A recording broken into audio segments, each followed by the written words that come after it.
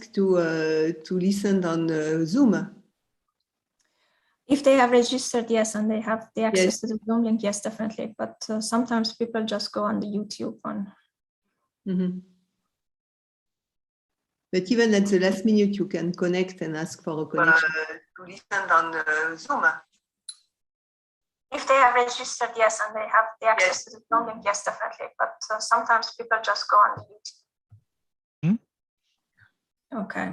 So do you want me to share the link with you? Well, I found the meeting now on YouTube, which is probably 1 minute later, right? Yeah, it's the one that I just started the live stream. Let me see if I can get my iPad. Catherine, once I share my screen, I will ask you the typical question. Can you see my screen? Can you hear me? Okay. I will tell you. It's okay. Well, so, Catherine, you will be the chairman. Yes. Oh, okay. Okay. Oh, yeah. So I will remind the people to mute their microphone now at the beginning. Yes. You want to do No, that? well, actually, yes, but I think Telly will do two things. The only thing, so the procedure I think is the following. Telly will mute and stop the video for everyone except for Mirco, and then you, Catherine, have to reactivate your video. Yes, and my microphone to introduce Mirco. Yes. Okay, so there is no need to tell the people mute the microphone. No, they will be already. Okay, perfect.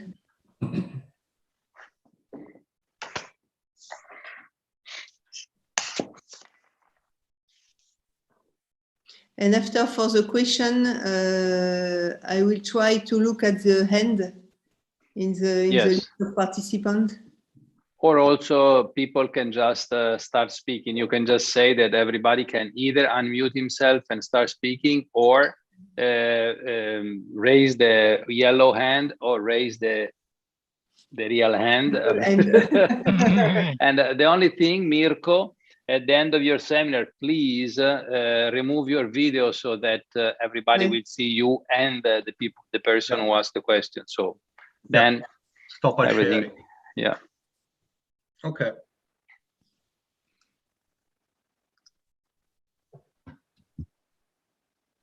Well, let me congratulate with you for the nice idea of having this spotlight series. Was a great idea from last year. Well, thanks. Thanks. I think that we want to stop it as soon as possible, not but just because we need real seminars. But I think it was very good. At least, I mean, we could provide some forum, a little more informal than a conference in which we can share our ideas. So that was the idea, and let's see what happens next. So yeah, because the community of multi-phase flow, I know we all know each other since so many years, and I really missed those conferences where we see each other almost every year, or the international conference on multi-phase flow that we were regularly seeing each other. It's not only going to conferences that is missing, but also the community that we are used to interact to that is missing a bit. So let's hope that everything starts again soon. So yeah, I will just lock my screen for 1 second. I will also just come back in a minute. Okay. Okay.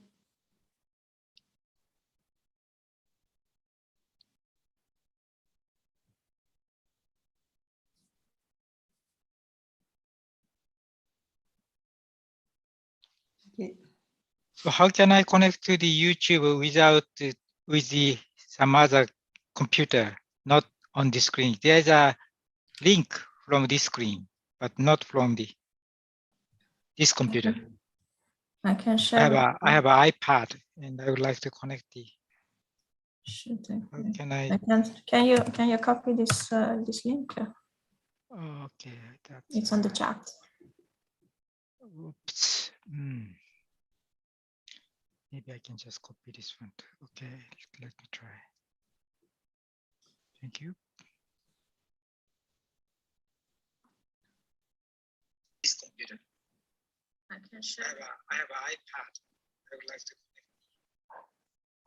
Well, I think I was able to connect to YouTube, but the only thing is that I cannot have it. I have to mute it. So the only thing I can do is to have it muted and not looking at it. I will just look at it after the seminar to see if there are questions, right?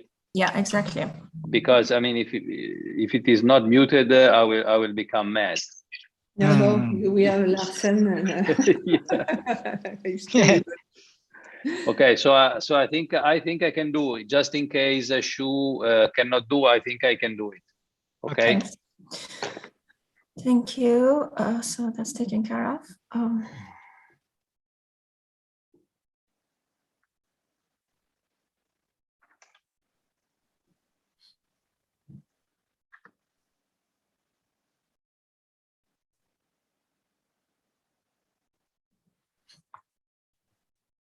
Telly? Yeah. Do you have 3 minutes, 5 minutes for me after the seminar? Of course. Very good. So just don't go away. Just.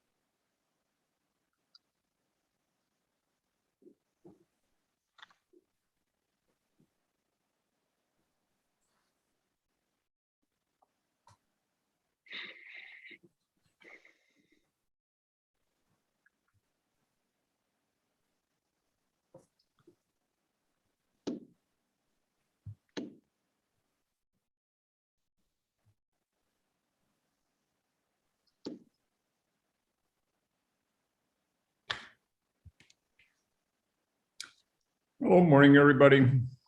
Hello, Greta. Hi. Hi. Hi. You always have the same shiny weather behind you. It's very nice. It's good for starting very well the day. I thought you knew, Alfredo, the sun always shines in Baltimore. Yes.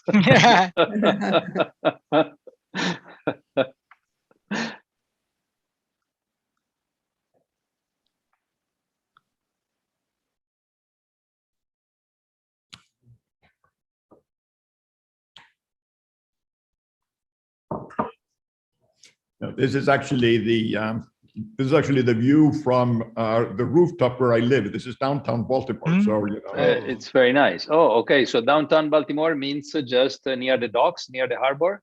Yes. So, So yeah. I live relatively close to the downtown and the harbor, so. Yeah. Okay. So that's very nice. Yeah. But that's summertime or wintertime or every day. So it's like. It's probably sometime in the summer. I can't remember when it was early in the COVID and when my bookshelf had become a mess behind me, you know. Yes. Yes.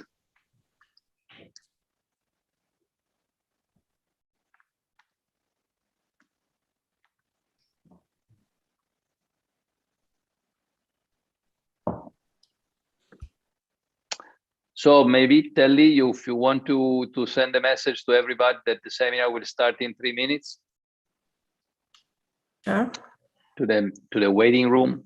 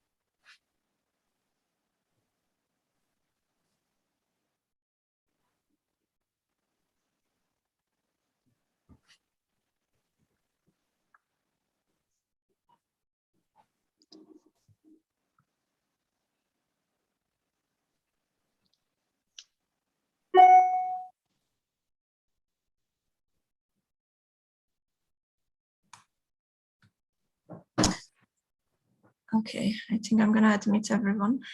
Yes. And I will push recording.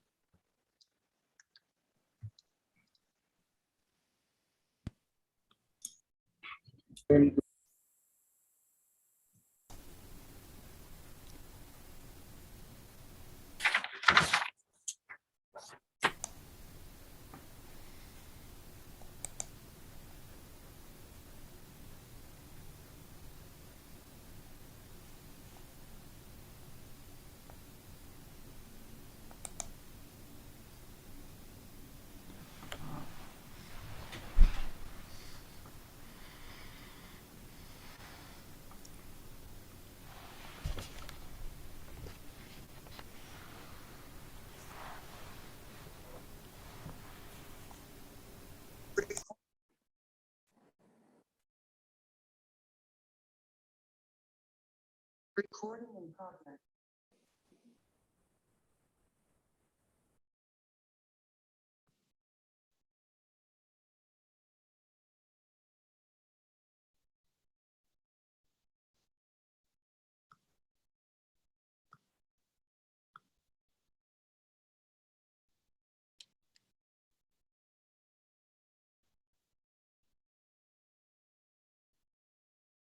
Okay, just tell me when we can start. 1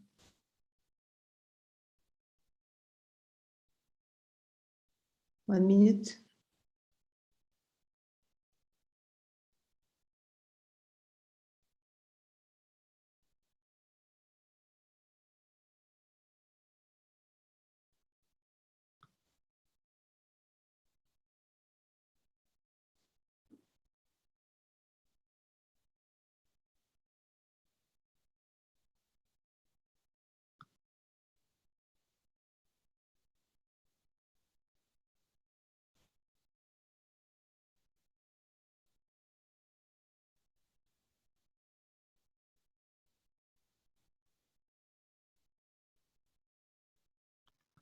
So there is no in the waiting room, so maybe we can start. Good afternoon, good morning, or good evening to everyone. So I'm Catherine Collin from the Institute of Fluid Mechanics of Toulouse in France, and it's my pleasure today to welcome Mirco Magnini and to share his seminar. So I will first introduce Mirco. So Mirco Magnini is assistant professor in the mechanical engineering department of the University of Nottingham since 2019. He received his PhD in energy engineering from the University of Bologna in Italy in 2012 and has worked as postdoctoral researcher at the École Polytechnique Fédérale de Lausanne with John Thomé.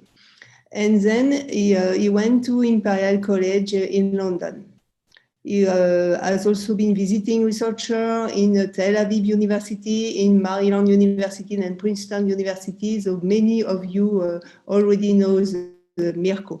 So he researched topics on numerical theoretical method to investigate multi-phase flow, heat transfer, and also phase change. He published over more than 30 journal papers, 2 book chapters, and received some funding from the Engineering and Physical Science Research Council of UK and also from the Royal Society. So Mirco is also a subject editor in Chemical Engineering Design Research Journal and also a member of the Physical Science Working Group of the European Space Agency. So please, Mirco. Catherine, thank you very much for your introduction. I'm now proceeding sharing my screen. And here we go. I hope you can see my slides and see the pointer moving around. Yes. Yeah, okay. I was waiting for the confirmation. Thanks. Well, thank you very much, all of you, for joining today. And a special thanks to the IJMF selection committee for giving me this great opportunity to present my work. It's an honor to be presenting here at the IJMF Spotlight Seminar in front of so many colleagues and especially so many friends. And I'm also particularly happy because this talk gives me the occasion to sort of connect the dots between a few of the studies that we have done in the past 5 years, all under the common theme of bubbles in capillaries relaxing traditional assumptions. You see here the logos of EPFL, Imperial, and Nottingham, because, as Catherine said, I was at EPFL and Imperial before as a postdoc, so this work started back there. And for this reason, it's important to start by acknowledging the many collaborators that this work had over the years, starting with Professor John Tome and Omar Matar at EPFL and Imperial College, Andrea Ferrari, who was a postdoc at EPFL back at the time, Hannah Moran, who was a PhD at Imperial, Professor Stoney Preston, who hosted me for 2 times in 2016 and 17 during the development of part of the work I will be presenting. Seppi Dakoda-Parast, who was a postdoc at Princeton and now is an academic in Leeds. And finally, my collaborators, my recent collaborators in Nottingham, starting with Federico Municchi, who was a postdoc, who now moved to Colorado School of Mines, Matteo Ecardi, who is a lecturer in the Applied Math department, and Ismail, who is my current PhD student. All right, so bubbles in capillaries, this is a flow pattern that has many names in the literature. You can find it as Taylor flow, elongated bubble flow, slug flow, segmented flow. Whatever you want to call it, you see here an example of a video where we have an air bubble translated in glycerol in a 0.5 millimeter diameter channel at millimeter per second speed. And bubbles in these flow patterns are typically characterized by a rounded nose, as you can see here, a flat film region between the nose and the rear, and a rounded ear with a tiny undulation at the matching point between the rear and the flat film. Dimensional analysis suggests that we can use 3 non-dimensional groups to fully determine this flow. Capillary number, which gives us the ratio of viscosity over surface tension. Weber number is inertia over surface tension. Bond number as buoyancy over surface tension, which here is expressed as the ratio of the channel radius divided by the capillary length of the fluid power 2. The traditional assumptions I'm talking about is that we typically assume that surface tension is a dominating force. For this reason, all these numbers are always well below 1.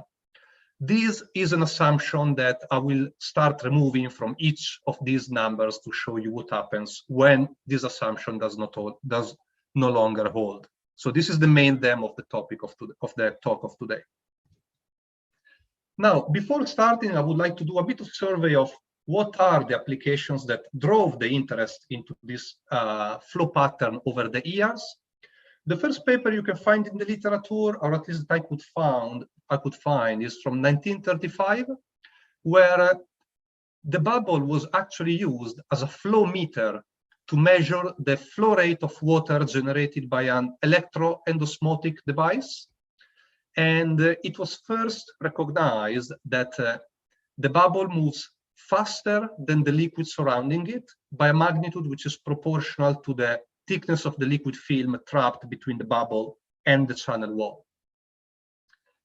Subsequently, for decades, this flow has been studied as a model for oil recovery from porous rocks. When you want to run air bubbles between porous rocks to extract the oil. And it was obviously found that the recovery efficiency increases when decreasing the capillary number, so that more and more oil is taken away of the rock. Then microfluidics sort of revived the interest in this flow pattern and provided many new avenues for research. And here I'm just mentioning a couple of interesting applications, one which actually drove my research over the years, which is boiling in multi-microchannel evaporators. Using these multi-microchannel evaporators, you can cool down hot, small surfaces, such as the CPU of a computer, using the latent heat of the fluid as a heat removal mechanism. So it's a very efficient way to transfer heat. And here I'm reporting a recent study from Rao and Peles, where they did experiments and simultaneously visualized the bubbles nucleating and growing in a microchannel but also with a high spatio-temporal resolution, they obtain the temperature at the wall as the bubble is passing. So we can see that during stages 1 and 2, the bubble is crossing the region where we have the temperature sensor, where they had the temperature sensor, let's say. Temperature of the wall decreases, and this is an effect of the evaporation of the thin film trapped between the bubble and the wall. However, at the onset of stage 3, the liquid film completely dries. For this reason, we get vapor in direct contact with the wall, heat transfer decreases, and the temperature of the substrate restarts increasing. So this emphasizes that heat transfer is directly linked to the liquid film dynamics. Another interesting application that I found recently is that bubbles can be efficiently used to cleaning surfaces colonized by bacteria. Here I'm going to show you a video where we start with a microchannel which has been which has a culture of bacteria which has been attached to the wall. So before the bubble passes, the wall of the channels are covered with bacteria. However, when we flow a bubble within, we will see that the bubble is very efficient in detaching the bacteria from the wall. You see that this region is now clean from bacteria. This is due to the combined effect of capillary detachment of the bacteria when there is a contact line that forms over the bacteria, but also the shear generated by the nose and the rear of the bubble. So this combined force can be effective in detaching bacteria. And after a few cycles with a few bubbles passing, we can see that the channel is much cleaner than before. And the cleaning efficiency depends on the thickness and distribution of the lubricating film, which is one of the drivers of interest in the study that I will show today. Now, let's take a look a little bit at the state of the art of the modeling for these kind of flows. The first theoretical study we can find in the literature dates back to Bretherton, 1961, where he studied the evolution of the liquid film around the long bubble propagating in a circular channel under the assumption of axisymmetric film, very small capillary number, negligible inertia forces, negligible buoyancy forces. Bretherton wrote the momentum equation for the film surrounding the bubble under some assumptions and derived a third order ordinary differential equation governing the liquid film thickness h as a function of the streamwise coordinate, and solved this equation semi-analytically and derived a well-known correlation that expresses that the film thickness in the flat film region between nose and tail will be proportional to the capillary number of the flow power 2/3, with a scaling factor here, which is the radius of the nose of the bubble, which is not known beforehand. So Bretherton assumed that if the capillary number is small, the bubble will occupy the entire cross-section of the channel. So we can assume that the bubble nose actually has the same, it's like a sphere with the radius matching the radius of the channel, so that we get a very well-known Bretherton's correlation for the film thickness. Now, how does it perform? Here we see the film thickness rescaled by the channel radius over capillary number for some experimental data point pertinent to air glycerol flow. So glycerol is a very viscous fluid with viscosity which is about 1,000 times larger than water. So these experiments are from a 0.5 millimeter channel. Actually, the video you saw at the beginning comes from these experiments here. Reynolds number is very small, way below 1. We see that Bretherton's law works well, but only in a very narrow range when the capillary number is below, let's say, 0.005, which is a very well-known limit for this correlation. Then Ausius and Quere, they extended Bretherton's law by extending the validity, removing the assumption that the capillary number must be much smaller than 1. What they did has been to, well, for a thicker film, the bubble cannot reach the channel radius. So the radius of the nose of the bubble will be equal to the channel radius minus an amount which is proportional to the fin thickness. So they eventually derived another correlation with a sort of saturating term here at the denominator, which we see now follows very well the experimental data that we have.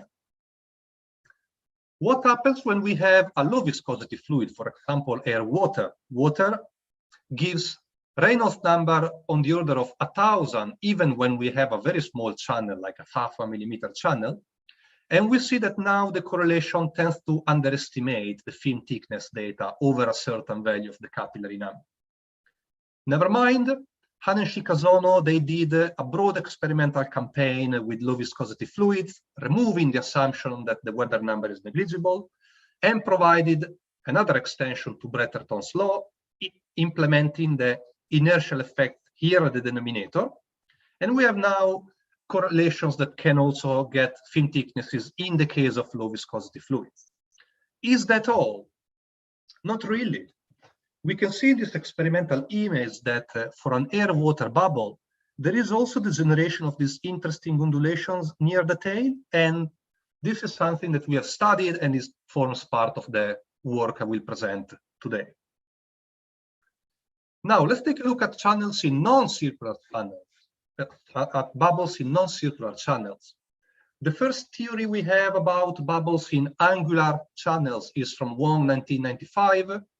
They applied the lubrication model to explain now a three-dimensional film, and they provided some scaling analysis for the fin thickness at the center of the channels and in this minimum fin thickness region where there is this dimple between the channel center and the corner.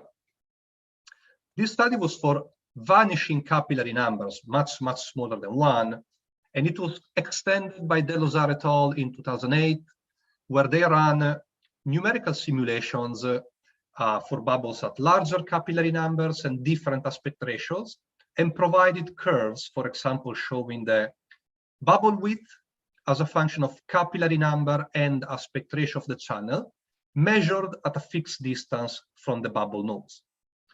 Now, there is still a lot to research on this aspect because we don't know anything about the cross-stream fin topology, the streamwise fin topology, and these are parameters that really affect very much applications such as flow boiling in microchannels or capillary cleaning of microchannels, where it's not only the thickness on a specific point that matters, but it's the full evolution of the film around the bubble from nose to tail, from center to corner that matters. And this was the driver for the first study we'll present today. Last, what about buoyancy? Just to put everything in perspective, the bond number for an air-water flow in a 1 millimeter diameter is very small. However, not so small when we consider one of the refrigerants which are typically used in the thermal management industry. And we are used to say that buoyancy is usually negligible when the bond number is below 1. However, in this video, we see that we have a channel with a bond number 0.4, so below 1.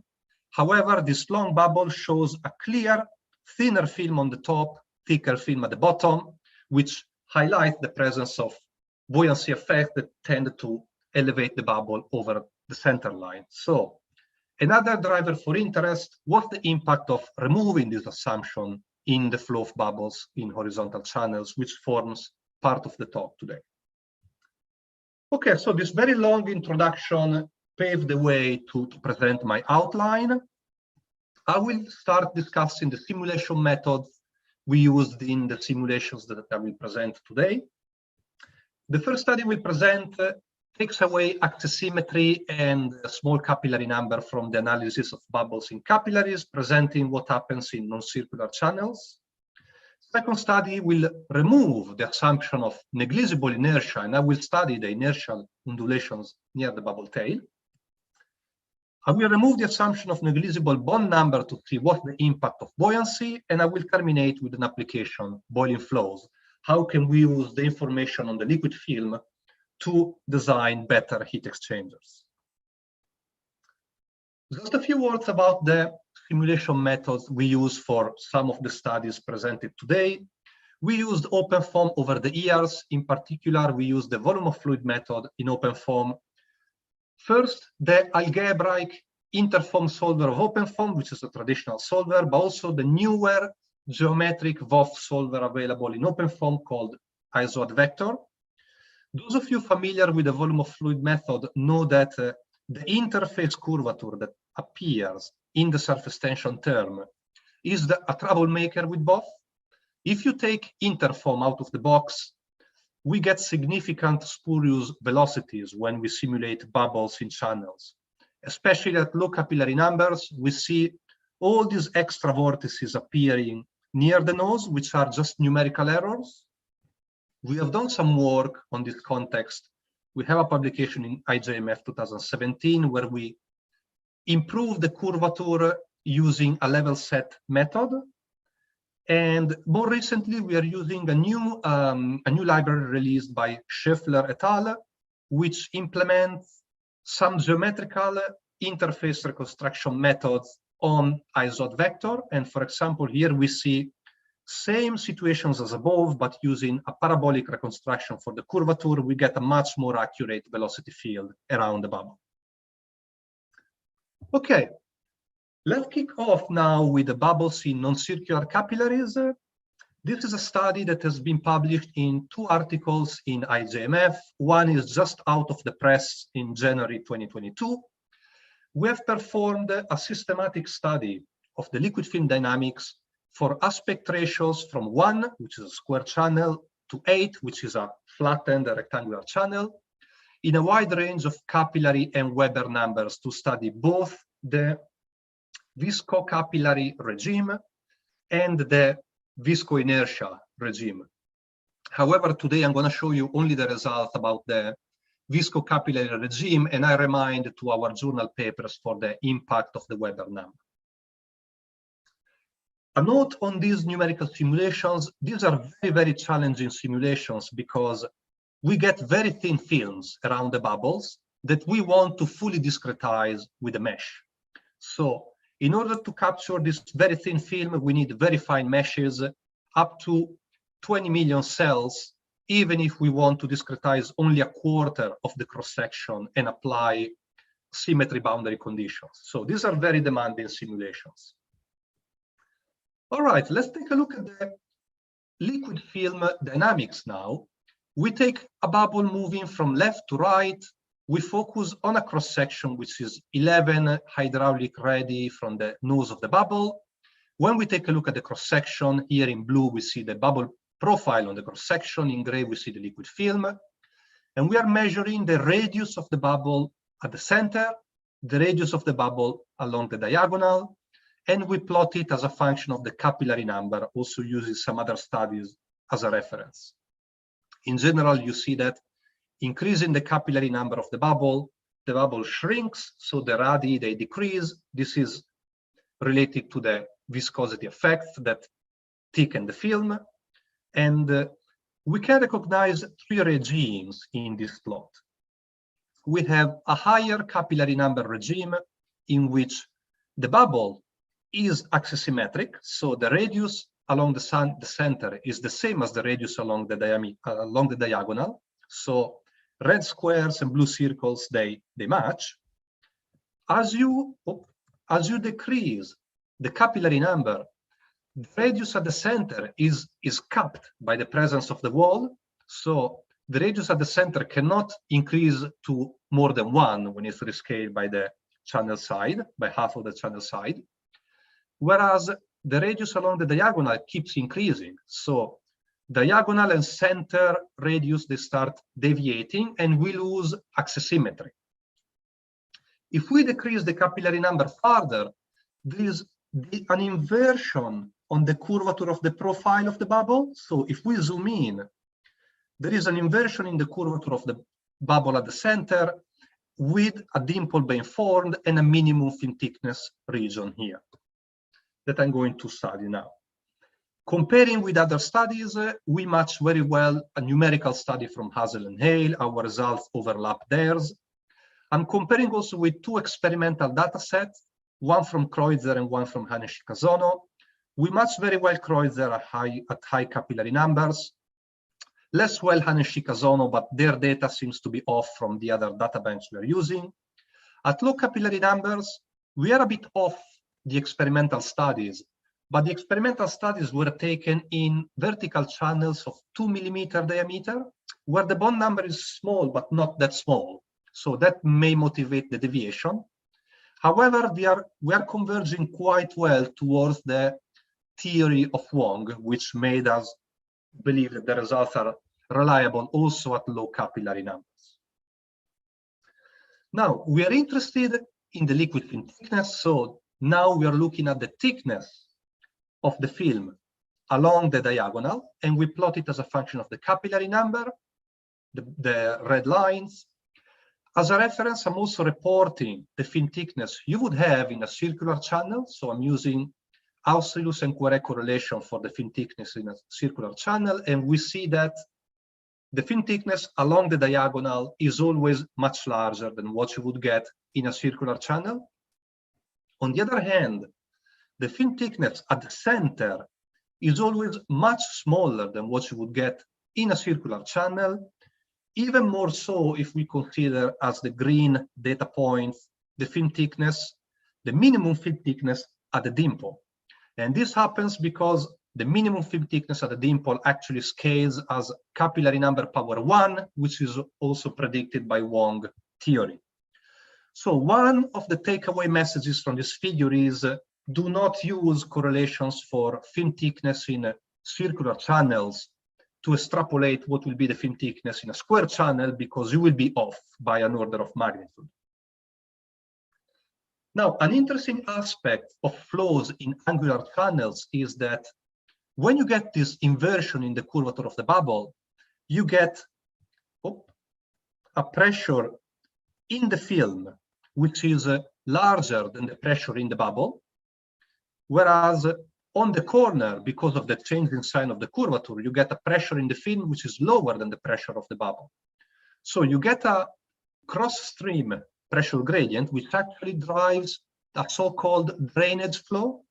And this drainage flow is taking liquid out of the thin film region and brings it towards the corner. And the consequence of this is that the liquid film, it actually thins from the nose to the rear of the bubble. So this is visualized in this figure where we look at the bubble from the top, and the colors identify the map of the film thickness measured as distance between bubble interface and top of the channel. Bubble nose is here on the right. So we see these two dark red streaks developing on the sides where the film is the thinnest. And when we plot the thickness of this film along the thinnest region, we see that the film keeps decreasing towards the tail due to the effect of this cross-stream drainage flow. Even more interesting, when we plot the same red curve, now in log-log coordinates, we see that in log-log coordinates, the film sort of follows a power law trend as a function of the distance from the nose, which has an exponent which is close to minus 0.5. And this trend is quite systematic also at larger capillary numbers, as long as the dimple is formed. We have now put all these exponents into a plot as a function of the capillary number, and we see that as we reduce the capillary number, we tend to an asymptotic limit of minus 0.5. And this is actually in agreement with a theoretical study from Kreutzer et al. In 2018, where they found a similar scaling for the thinning of a film which is draining in a similar situation as the one that we are studying here. What happens now when we consider rectangular channels?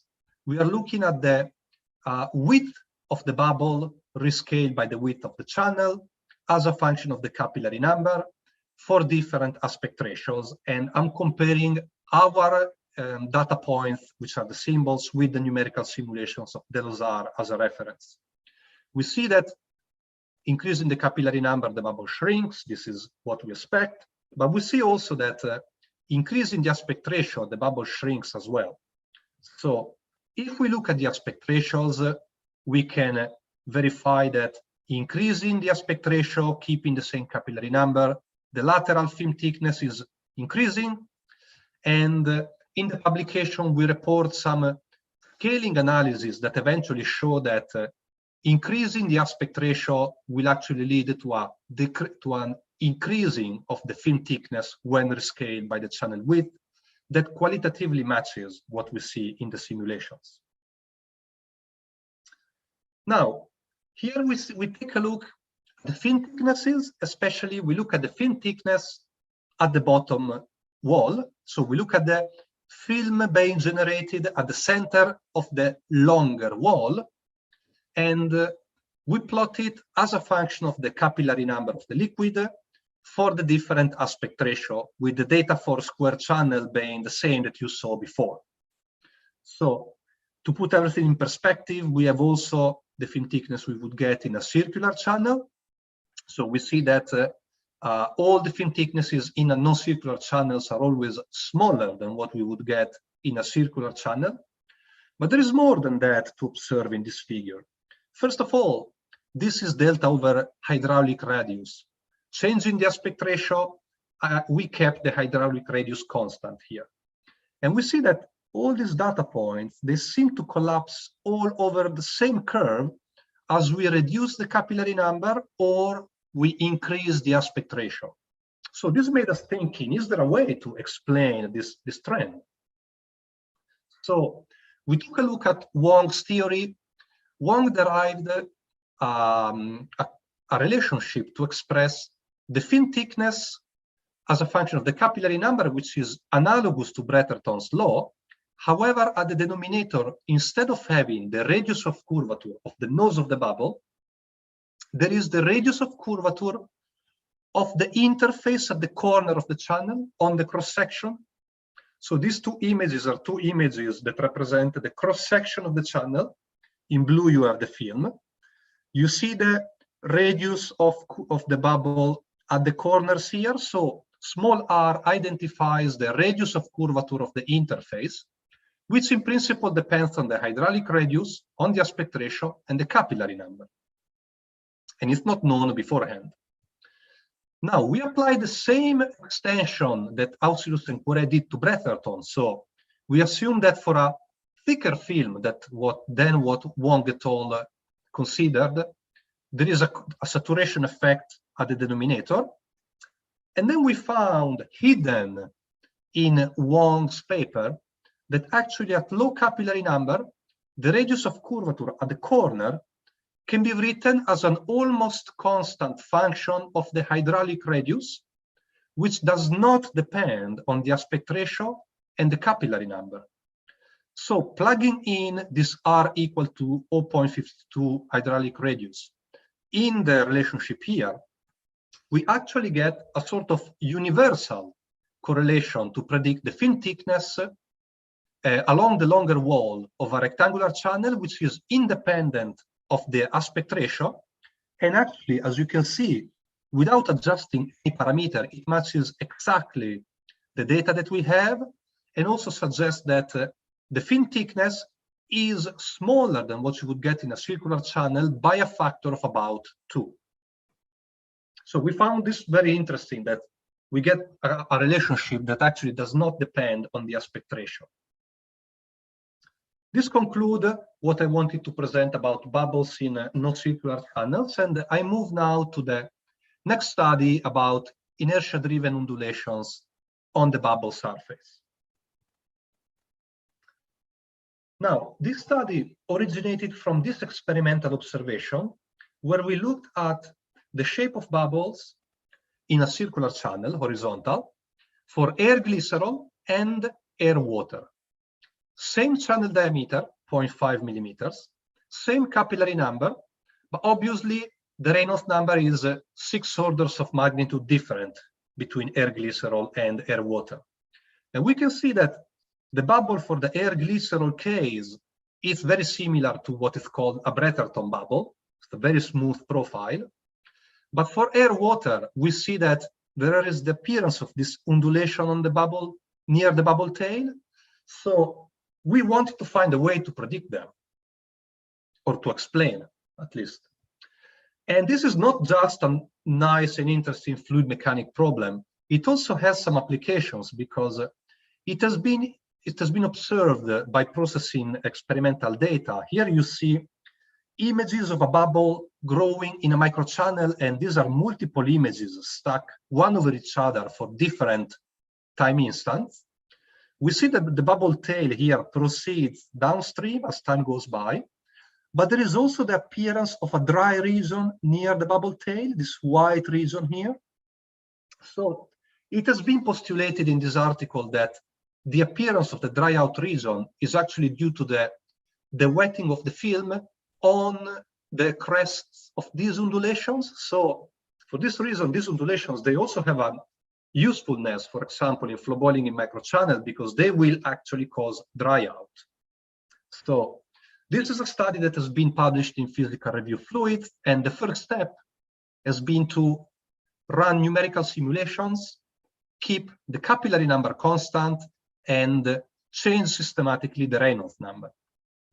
So from very small Reynolds number, where the bubble tail shows only one undulation, which matches Bretherton's theoretical profile, we see that increasing the Reynolds number, we start seeing more and more undulations on the bubble surface. So this pointed us to the right direction. The Reynolds number really has an effect. So the study was performed not only by running numerical simulations, but also using lubrication theory. And actually, we took Bretherton's theory and we implemented inertia as a leading order effect. So we wrote down the equations governing the film dynamics in the case of including also inertia effect. So we have the continuity of the liquid, and here the subscript, they refer to the order of derivation. So this is actually du over the x plus dv over the y equal to 0. X momentum equation, so momentum equation in the flow direction, we have pressure term, viscous term, but also inertia term in blue, which was not there in Bretherton's original model. Momentum equation along cross-stream direction, just dp over dy equal to 0. No slip condition at the wall. Free slip condition at the bubble interface, and also Laplacian pressure jump at the bubble interface. For these equations are in non-dimensional form. That's why you don't see sigma, for example, appearing here in the Laplacian jump. For the curvature of the interface K, we use the full expression of the curvature, where we have K1, which is the curvature on the XY plane. K2 is the curvature on the cross-stream plane, where it's assumed that the bubble retains a spherical shape. So by rearranging these equations here, we can actually find a third order ordinary differential equation to explain the film profile, where if we only retain the viscous term, we are left with the original Bretherton equation. But if we add the full expression of the curvature, which was not included by Bretherton, we get these two extra terms with the colors are coding the original terms in the curvature. If you add inertia, you get this extra term here, which implements Reynolds and capillary number. We have solved this equation using a shooting method. We have three input parameters: capillary number, Reynolds number, and the film thickness in the flat region, which we do not know beforehand. So we need an iterative method to get this film thickness as part of our solution. So we use numerical integration towards the nose of the bubble, starting from the flat film region, point C here. We integrate towards the nose using a Runge-Kutta solver, and we apply a boundary condition, an asymptotic boundary condition, where we require that the curvature on the two planes must match at the point A when the bubble profile hits the channel axis. And this is actually the asymptotic boundary conditions that we use to fix the film thickness that we need. So we integrate the profile multiple times iteratively, and we stop the iterations when this condition here is satisfied. This will also set the value of the film thickness. So out of the procedure, we get the full profile of the nose of the bubble from the film region to the axis of symmetry. And we get also the film thickness in the flat film region.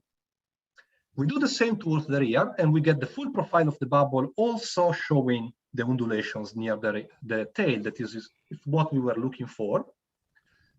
So to validate the model, we first compare the predictions for the fin thickness, for the capital H. So we took the same data bank for air-water flows in a 0.5 millimeter and 1 millimeter channel, large Reynolds number, and we see that actually the model captures very, very well the entire database over the full range of capillary Reynolds number. And I would like to emphasize that we found this really, really remarkable, because this is a theoretical model where there is no empirical coefficient. So this is pure one-dimensional theory. There is no adjustable coefficient, and you are able to get the full profile of the bubble, but also the film thickness without any adjustable parameter. But we were interested on the undulations near the tail. So here we see a comparison of the profile with experiments. So CFD and lubrication model, they seem to qualitatively match very well. When we look at a higher Reynolds number case, we compare model and CFD, tail of the bubble, we see that even the undulations, they match very well. So we have used the model to systematically evaluate the amplitude of the waves. So this is an amplitude rescaled by the fin thickness as a function of the Weber number, which quantifies inertia, for different values of the capillary number. And what we see is that at low Weber number, so as we discard inertia, we achieve an asymptotic trend where the amplitude becomes constant, and the amplitude is a function of the capillary number, but there is only one undulation which matches Bretherton's theory. As we get a Weber number above 0.1, we start seeing the amplitude increasing, but also we start seeing more and more undulations becoming apparent. So inertia seems to kick in when the Weber number is above 0.1. Even more interestingly, this could not be predicted by the model because the lubrication model was a steady state model, but the simulations emphasize that when the Weber number is above 10, actually the bubble profile is no longer steady, but the waves exist and are also very dynamic because we have a flapping of the bubble tail, which was actually also observed in the experiment. And this is a new regime that has not been studied very deeply yet. There is just a very recent work in MDPI fluids by Sharaborin et al. But there is still, I think, a lot of work to do in this regime here, which is very interesting. All right, now I would like to show what's the effect now of buoyancy effect. What's the impact when we remove the assumption of negligible buoyancy effect in horizontal channels? Now, surprisingly, there are not many studies dedicated to bond number on the order of 1 in a horizontal channel. What we could find was a study, an experimental study from Leung in 2012, where they reached bond number up to 0.2, and Atazi et al. 2017, where they reached a bond number of 0.4. However, because of the low viscosity of many of the refrigerants used in the thermal management industry, the range of bond number around 1 is a very interesting one, because all these refrigerants, they have a low surface tension. So even a channel of 1 millimeter diameter or 2 millimeter can reach a large bond number. So we found interesting to study this regime here, where the bond number is on the order of 1. This study has been led by Hanna Moran, who was a PhD student in Omar's and Christos Markides group at Imperial College. We did a study by changing systematically the bond and the Weber number, even though now I'm going to show only the results when varying the bond number. So we see here bubble translating in a horizontal channel, bond number is 0.4. We start taking a look at the cross sections of the channel. We start from one close to the nose. Here, the colors, they show the vertical component of the liquid velocity. So because of gravity, the liquid is actually falling from top to bottom. This means that as we move towards the rear of the bubble, the film is becoming thinner on the top and thicker at the bottom. So when we look at the bubble profile from the side, so this is the bubble profile seen from the side, we can identify immediately that the nose, near the nose, the top film is much thinner than the bottom film, but also that the bubble profile is inclined due to this drainage flow that bring liquid from top to bottom. So we can identify an angle on the top film and on the bottom film. Now, looking at what the bond number is causing, increasing the bond number up to 3, we see that the bubble is getting more and more attached to the top wall, and we get a very thick film at the bottom where it's like if the bottom interface is actually detaching from the wall. When we look at the cross-section, we can clearly see how much the bubble ovalizes as the bond number increases. So we get a very thick film at the bottom.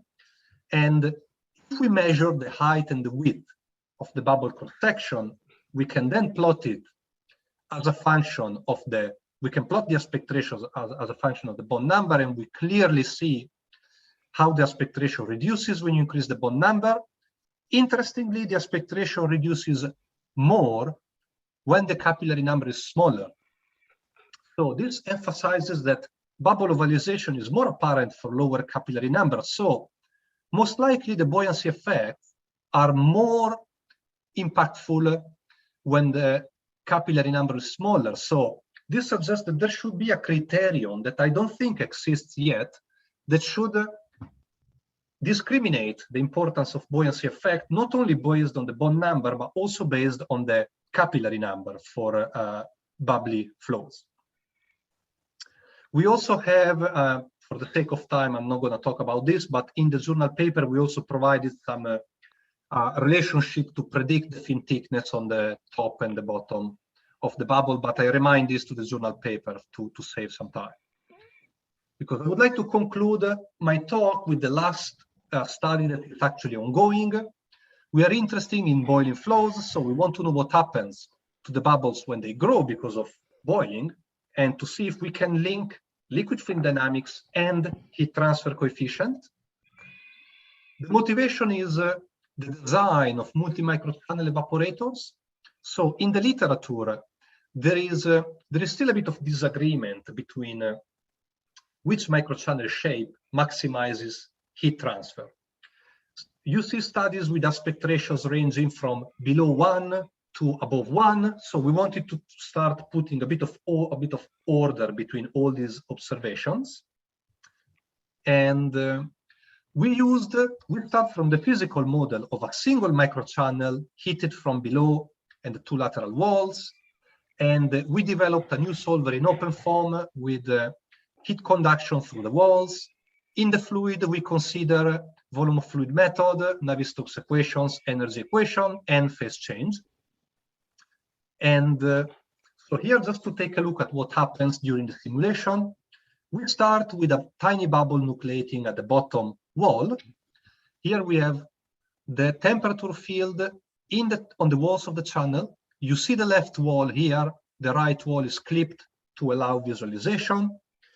The image here at the center will show the temperature contours on the inside, the image at the bottom, the temperature contours on the outside of the lateral wall.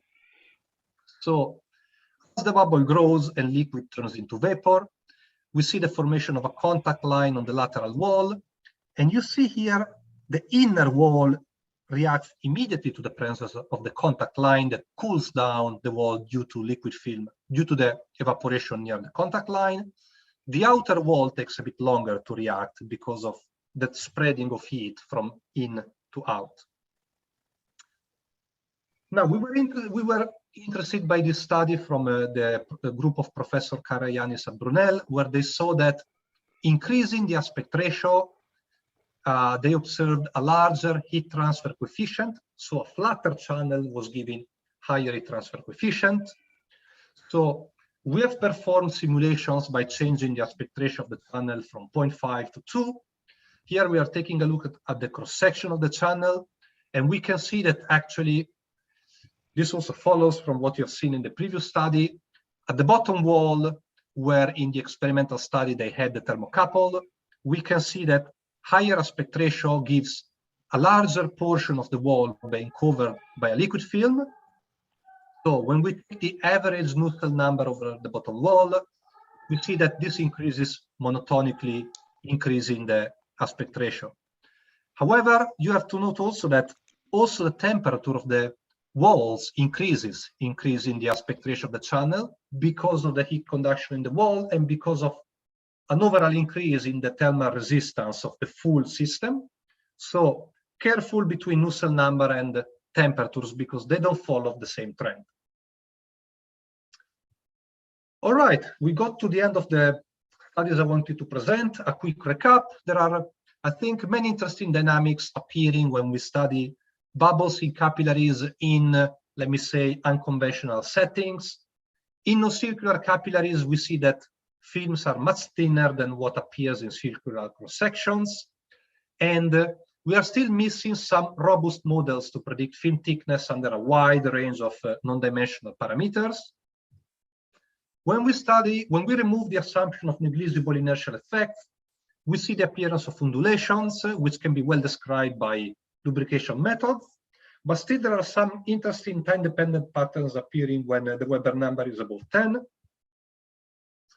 When we remove the assumption of negligible buoyancy effect, we actually see that they become impactful already when the bond number is much below 1. And is bond over capillary perhaps a better criterion for the importance of buoyancy effects? When we then apply this to boiling flows, we see that the liquid film distribution is very crucial to heat transfer, and the trends for the Nusselt number and the wall temperature are not necessarily in agreement. Before concluding, I just would like to show you this interesting initiative, which is led by Professor Tomiyama, Dirk Lucas, and Jacopo Bongiorno, the Virtual International Institute for Two-Phase Flow, which is a portal where there are data banks shared, but also interactive tools and educational tools. In particular, I'm curating an open form training for beginners, where I have a tutorial taking you from two-dimensional heat conduction to multi-phase flows, step by steps for increasing levels of difficulty, all documented and especially free of access if any of you is interested in knowing more about OpenFOAM. That's all. Thank you very much for listening, and I'm really eager to respond to your questions.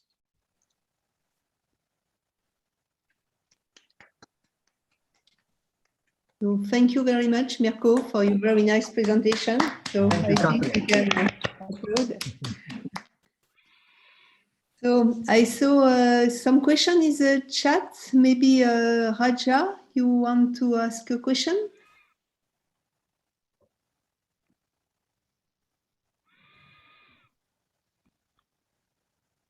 You may read it, Catherine. Sorry? You may read that question. Okay, so will there be any capillary waves as film drains around this bubble on circumferences? So it's referring to slide 28. Okay. Do you mind if I reshare my screen so that I can yes. see with my slides with me?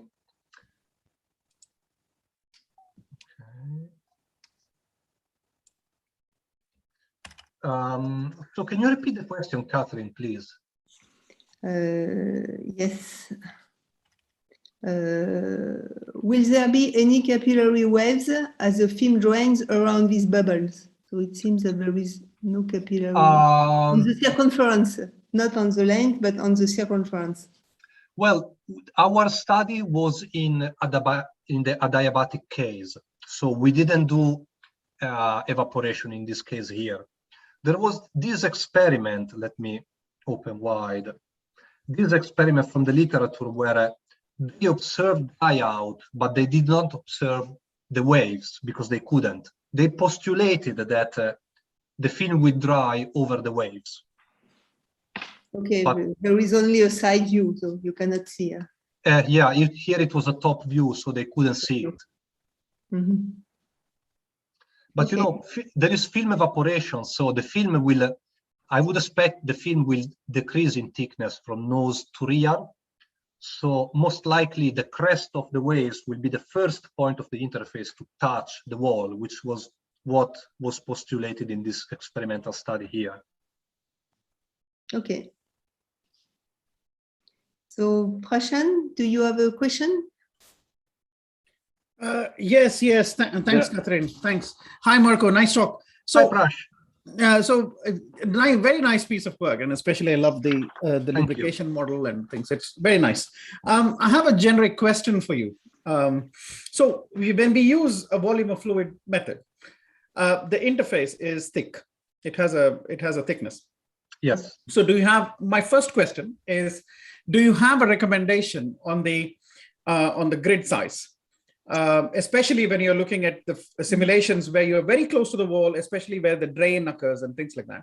That is my first question, because that has impact on two other things. One is you showed your bubble moving, and your bubble is actually having the tail is actually flapping. Yeah. Yes. So obviously the frequency of flapping is probably dependent also on the interfacial thickness, the accurate capture of that. And of course, also on your other contact line problems when you actually have your boiling simulation and sitting around the bubble and sitting around the wall and all that. So any recommendations? Yeah, of course. So I start with the discretization of the film when the film is there and it never drains. So we have seen, we have run mesh convergence analysis, and we see that we need at least 7, 8, best 10 computational cells in a direction orthogonal to the film to get a decent velocity profile in the film, so that our result converts to what lubrication theory suggests. Mm-hmm. Of course, to get all those cells, you cannot use, for example, adaptive mesh and square cells, because you will still need a lot of cells. So we have cells that are stretched in the flow direction and in the cross flow direction. So in short, I think you need at least 10 cells in a liquid film to get it right.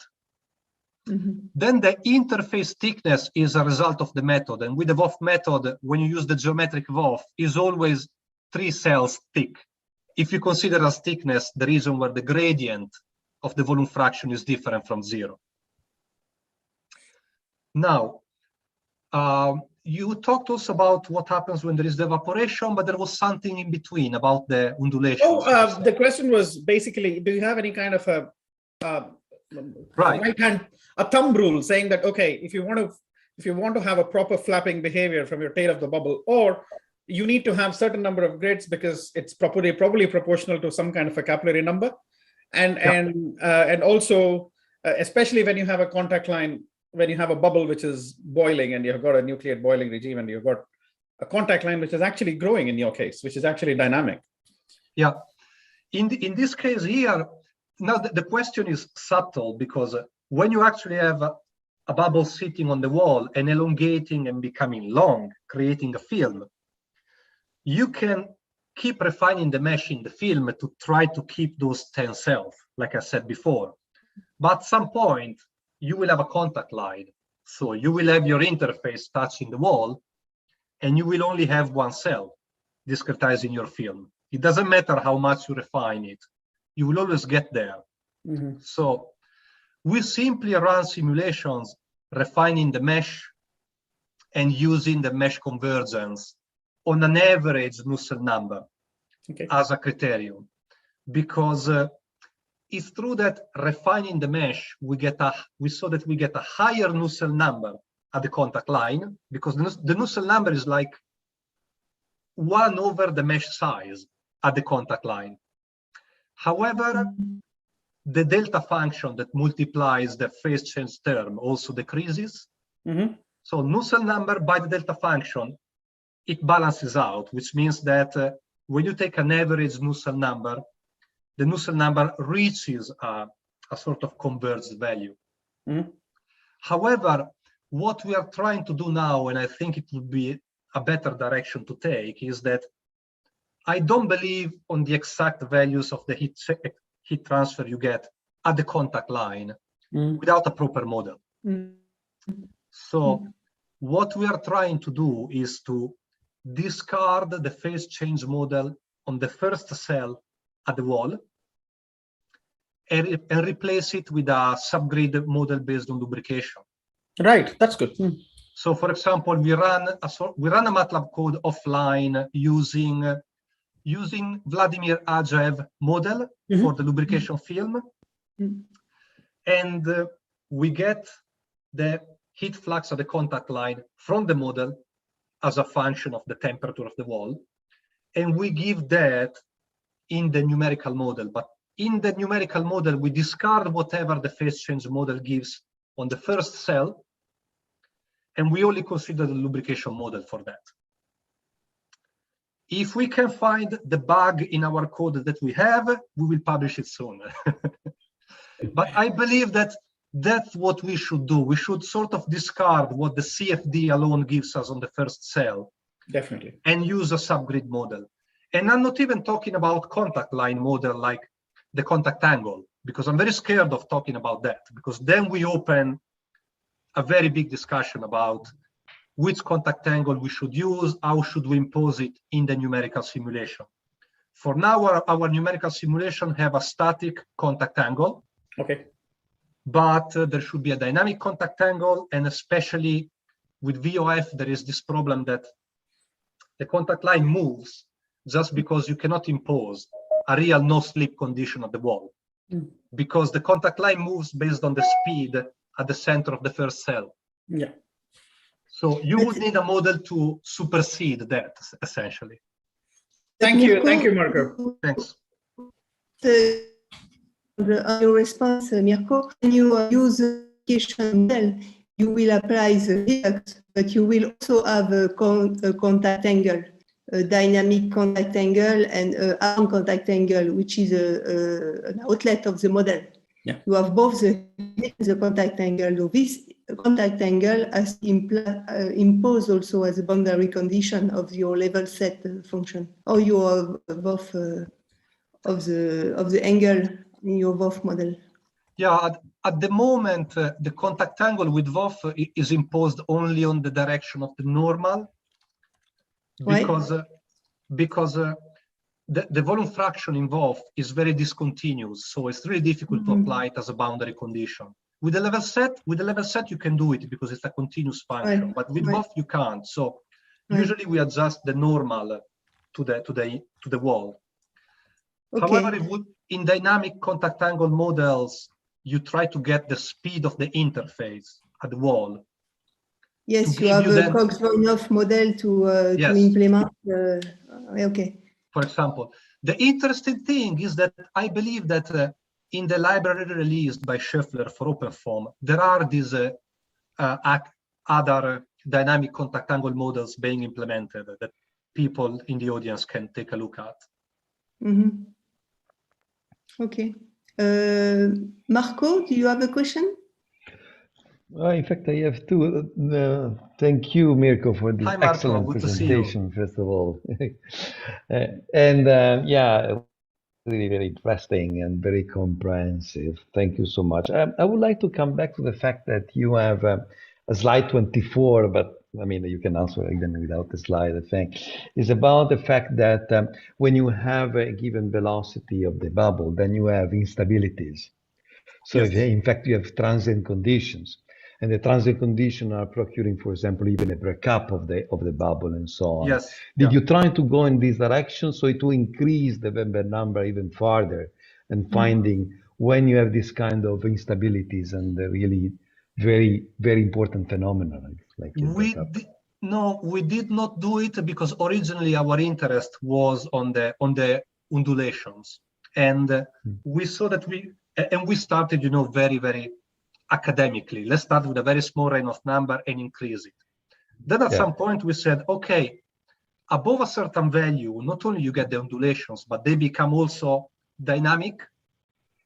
And we just decided to limit our study to that value of the Weber number.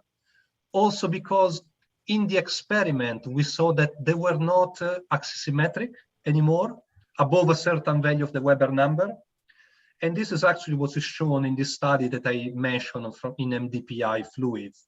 They did simulations with Basilisk 3D, and they show actually the non-axisymmetric patterns. And then I know that you also have a paper in IJMF, a recent one, where you go in that direction. Yeah.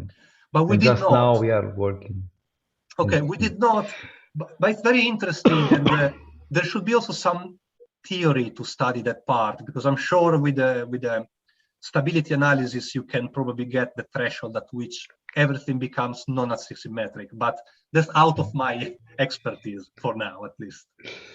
And the second question, very, very fast, is which are is the boundary condition that you put at the inlet and outlet in your simulations? So. Yeah, for which one, Marco? For the boiling? Oh, well, always for the slide, what is referring to slide 24 and 23 and so on. So when you have the... because this is also, again, a little bit tricky. I can explain why I'm asking it, because we're trying different kind of boundary conditions. And we found different results, very strong gradients and so on. So the choice of the boundary condition is not neutral. At all, let's say. Well, I have to say that we didn't really investigate it much. At the inlet we just use a simple fixed velocity fixed velocity and let's say zero gradient of pressure. It's an incompressible flow, so for the pressure everything becomes a bit more obvious. At the outlet we simply use a zero gradient for the velocity. Now, for the velocity, it doesn't really matter what you put, because the flow is a high Peclet number, so it doesn't matter what happens afterwards. It matters what happens before. For the pressure, we use a constant value of the pressure. So at the outlet, we just put a fixed pressure value, which we found it fine as long as the bubble doesn't reach the outlet. Then obviously a big mess happens when the bubble touches the outlet, but this is it. So fixed velocity at the inlet, fixed pressure at the outlet. I remember that I tried to evaluate the frequency of those undulations back at the time, and I got lost because changing the length of the channel, the temporal frequency was changing. So I decided to quit with that direction and focus on the steady oscillations. Yeah. Thank you so much. Thanks, Marco. Very good work. Thanks. Catherine, can I ask a question? Yes, for sure. Voilà. Go. Mirco, nice talk. Thank you. I have a technical question.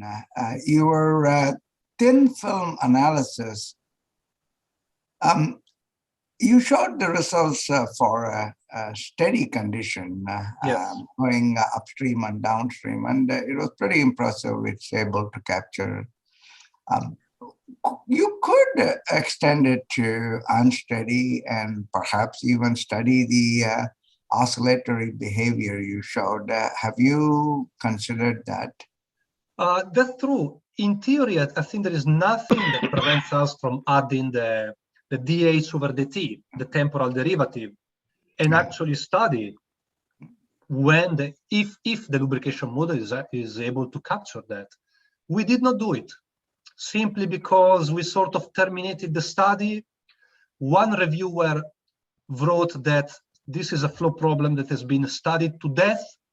So we found that sort of discourages us to study further the bubbles in circular channels. Don't let that discourage you. You should continue that. Follow up. One other question I have is, towards the end, when the bubble sort of closes, the lubrication model is not valid anymore, right? Because it becomes quite thick, the liquid layer. But still, your prediction seems to be quite good. So I was wondering, maybe the fact that you're violating the thin film model doesn't matter at that point anymore. No, I also have to say that we are releasing some of the assumptions of the thin film model, which is that, first of all, the film can be thicker, and because we employ the full expression of the curvature. We also use the denominator in the expression of the curvature. And we are also releasing the small slope assumption. So usually Bretherton or others using the lubrication theory, they assume that the film is almost horizontal. So they neglect all the derivatives of the film. But when we retain them, we can actually see that we get very good agreement with, for example, Ausschuss and Poiret correlation, even when the capillary number gets all the way up to 1. Now, this surprises us because our model should be correct in the film region, but as we move towards the nose of the bubble and the derivative actually gets to infinite, the slope of the nose, the model should no longer hold there. And it should be actually, I saw in the literature that it should be coupled, for example, with, let's say, a potential flow solution for the nose. So I find it personally surprising that it actually still works well. And I don't have grounds to explain how come it works so well. I would just say, based on the experiments, it seems to work very well. But I believe that it should be coupled with a different solution for the bubble nose when the capillary number becomes much larger. Thank you. Thanks. Okay. So Mirco, I have a question concerning heat transfer. It was the last slides you showed. Yep. There was something I didn't understand, because it seems that in the first part of your talk, you seems to mention that the aspect ratio if you change the aspect ratio of the channel, you do not change the film thickness at the bottom. Is it right? Well, it's changing. Do you mind if I share my screen again? Yes, sure. So the thickness of the film. Beginning, I understood. Well, yes, I was probably racing when I was talking here, and was probably talking too fast. So okay, you see, the thickness of the film is changing very much between the different aspect ratios, because when we get aspect ratio 0.5, we get a much thicker film than what we get in aspect ratio 2. Yes, but in the first part of your talk, you investigate different aspect ratios. So it was without heat transfer. It was just the dynamic case. And maybe I misunderstood something, but it seems that with different aspect ratio, from 1 to 8, you have about the same film thickness at the bottom, delta CY, when you have a rather large capillary number. Well, let me say that in this case here, it was the bottom, but there was no heat transfer, so there was like perimetral symmetry. So yes, right. When we consider the flow with heat transfer, then what is the bottom here? It becomes the side in the aspect ratio 0.05. So in the study, it's the average value of the aspect, the film thickness around the circumference, delta C. If I go back here, that slide that you saw before is just telling us that the liquid film along the wider wall will be the same. This the film thickness here will be the same as the film thickness here. Right. Yes. Right? Right. But if we look at where the experiment had a thermocouple close to the bottom wall, then there is a different film. There is also something else to say here, Catherine, that because the low aspect ratio channel gives a lower temperature, because it has a lower thermal resistance overall, the bubble grows more slowly because the fluid is colder. Slower bubble means thinner film, which on one hand can be better because it gives you better heat transfer. But on the other hand, it dries much faster. So it's actually very difficult when you want to try to give a general view, you know, just simplifying everything and say which volume fraction performs best. Because there are many aspects to consider when there is heat transfer. I was wondering if it's better to have one channel with beta equal 2 or two channels side by side with beta equal 1. Because if you have a pattern, for example, maybe one solution is the best. Could be, yeah. Well, it really depends. It's really difficult to know in general how it would be. Beta equal to 1, I can imagine you would have thinner films everywhere, which may dry if you have high heat flux. So I always have difficulty to extrapolate what I see here to a different situation, because the temperature field in the wall will be different. It will change the speed of the bubble. It will change the film thickness. But having multiple channels will definitely decrease the thermal resistance of the wall. So I confirm what you say. It may be better to have multiple small channels than just one wider. Okay, thank you very much. It was very, very interesting. Thank you, also the physical analysis, and congratulations. Thank you. Catherine, there is a question on the chat by Rajab Omar. Maybe I'll read it. You want me to read it? Yes, you have it. Yeah. Mirco, the question is, the flow is gravity independent in the range of channels you tested with the question mark. Yeah, good question. So if we consider, for example, the study that I did with square or rectangular channels, in the numerical simulations, we neglect gravity. So we simply don't use it. But we saw in the experiment that we used as benchmark that we were off the experiment in a specific regime, and we believe it could be because the experiment actually had some effect of gravity. The experiments were in 2 millimeter channels, so most probably the bond number was on the order of 0.5 or so. If we consider the flow with inertia, we compared it with the experiments that were run at the PFL.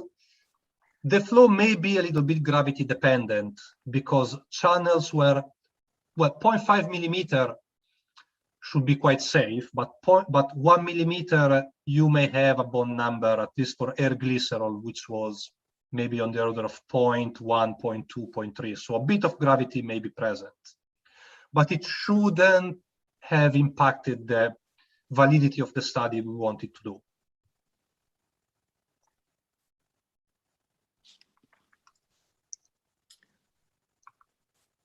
Okay. Is there other question?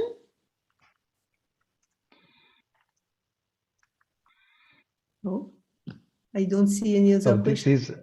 I can have a comment here saying that we are using the bond number as a criterion for saying when the flow is confined, no? And of course, when you have a dynamics, this is changing. So there are, let's say, the other formula, for example, the threshold studied by Garimella, with the bond number and the Reynolds number, but it's still something that is under a debate. So when really we have a threshold. So this is something very interesting. Because the threshold of Garimella implements the Reynolds number. Exactly. But the study we did is for, or the experiment we consider, they have air glycerol. So the Reynolds number is 0.00. It means that that's not sufficient. There is also another paper from East Zone group where they did simulations, and they were using the Archimedes number. But still, there is inertia inside. Right. So even that is not sufficient. And in a paper that we have in Microfluid Nanofluid 2015, is the same paper where we have also elongated bubbles. We also studied very small bubbles, like smaller than the channel diameter, very tiny spherical bubbles. And the bond number in that case is 0.00 something. Still, the air glycerol bubbles, they're all at the center, but the air water bubbles, they all rise. And the bond number in that case is 0.00 something in all the cases. And now I have a master student who is running some simulations with Basilisk to study that. And we sort of find even there that the bond over capillary seems to be a key number. So very viscous flow, very large capillary number, bond over capillary is small. You take air water, very small capillary number, bond over capillary grows above 1, and again is magic. Bond over capillary above 1, and the bubble boom, rises to the top of the wall. So yeah, we have a paper on that. We have a paper that we map these kind of conditions from our experiments. This can be maybe interesting for you. I didn't know, Marco. Is it for bubbles or? Yeah, for bubbles. Yes. We did use our pulsating heat pipes with the bubbles moving. Right. Because of course there is another effect, is the length of the bubble. Yeah. Because when you have a length, this is causing instabilities, and so then again you have a problem of the confinement. Yeah. So it's interesting. But it's a very interesting area that I'm surprised that we did not nail it down yet, because it's a very sort of basic if you think about it, buoyancy effect, but it's not. There are also a lot of questions to answer. A lot of different cases. Okay, I need to go. Thank you, Mirco. Marco, thanks for your question. Thanks for attending. Thank you. So, I don't see any other question. Nobody want to ask a question? So,